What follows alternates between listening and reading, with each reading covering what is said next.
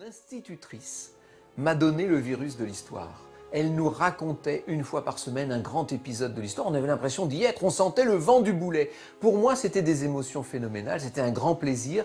Et j'ai fait en sorte, ce plaisir-là, de continuer à le vivre. Elle est là, ma passion d'histoire. Il semblerait que ce soit bien les Espagnols, et en l'occurrence le vice-roi des Pays-Bas, qui ait mené cette espèce de complot contre Henri IV.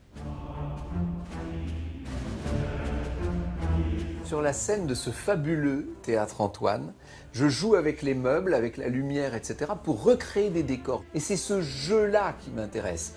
Après qu'on essaie de comprendre ce qui s'est vraiment passé et qu'on essaie d'élucider le mystère, ça c'est la cerise sur le gâteau.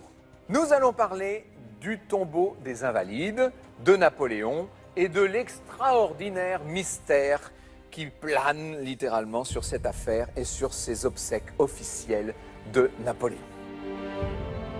De là à imaginer que ce soit lui qui ait donné en 1824 l'ordre à l'ancien gouverneur de l'île, Hudson Lowe, de se rendre à Sainte-Hélène et de revenir à Londres avec le corbillard de l'empereur, c'est possible, parce que ça on le sait.